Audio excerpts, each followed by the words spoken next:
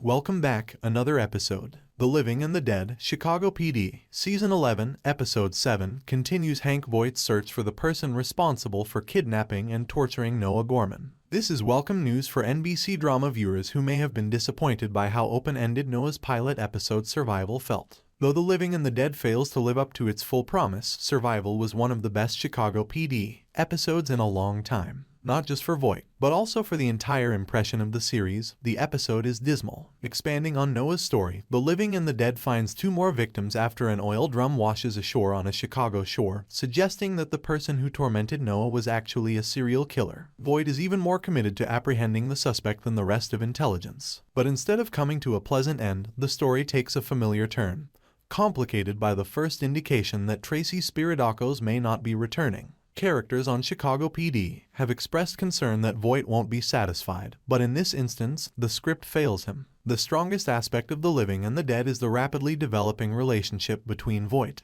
and Noah, as Jason Begg keeps revealing more about his role as a parent first and a police officer second. Viewers have felt the same intense sympathy for Noah as actor Jon Voight has ever since the vehicle crash in Survival. This episode carries on with Voight trying to help the young guy deal with his panic episodes and having to probe Noah further about his experience. It is devastating to watch the scene where Noah finally confides in Voight about his boyfriend Paul Hansen, and the audience learns Paul's exact fate. Sadly, Chicago PD typically chooses a terrible conclusion to fit its grim tone, and The Living and the Dead perfectly satisfies that cliché. After phoning Voight multiple times, Noah finally connects with him and informs him that he has been receiving texts from Paul's phone. Noah goes out to see Paul because he thinks he's still alive, but everyone in the crowd knows exactly what will happen next. As the episode comes to a close, Noah's body is discovered inside another oil drum after being recaptured by his assailant. Voight loses his heart, and the villain escapes once more. Even if Voight had saved Noah and he had ended up as an off-screen character, not a single spectator would have objected.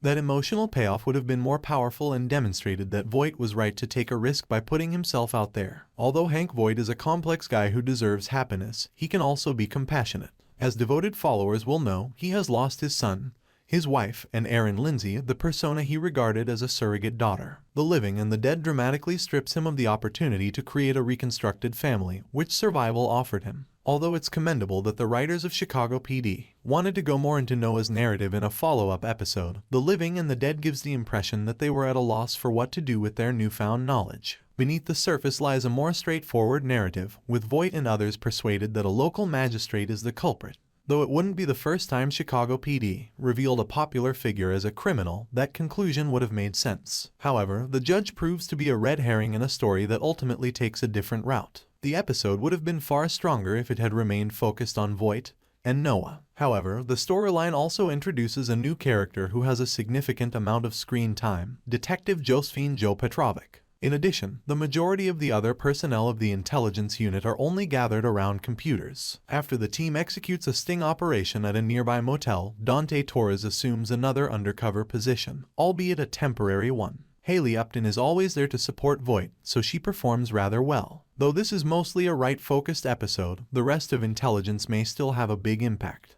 They may unite behind Voight, or at the very least, put in twice as much effort to apprehend someone who has a reputation as a ruthless serial killer. How wonderful would it have been to have a moment where any of the other team members checked in on Voight, considering how much he has inspired them all. Even if he's usually a stern leader and may not want to engage in emotional discourse, it would still be meaningful if they tried to reach out. The Living and the Dead suffers by devoting a portion of its attention to a supporting character when the main characters could have made far better use of that screen time. Is there a cause for the division, though? Viewers of Chicago PD have long known that Tracy Spiridakos will be leaving the show during Season 11, but no clues have been provided on Upton's character development, or who will take her place. By including Petrovic, The Living and the Dead might have altered that. Viewers will remember that Upton debuted in a multi-episode storyline in Season 4 of Chicago PD, before returning as a regular in Season 5. NBC's commercial says that Petrovic will be back for Season 11, Episode 8. She will actually collaborate with Upton, much like Upton did with Lindsay, her predecessor. However, Bojana Novakovic's character still needs a lot of development if she is going to join Chicago PD. The Living and the Dead serves as a shaky beginning for Novakovic, who lacks the magnetism she exhibited in Instinct alongside Alan Cumming.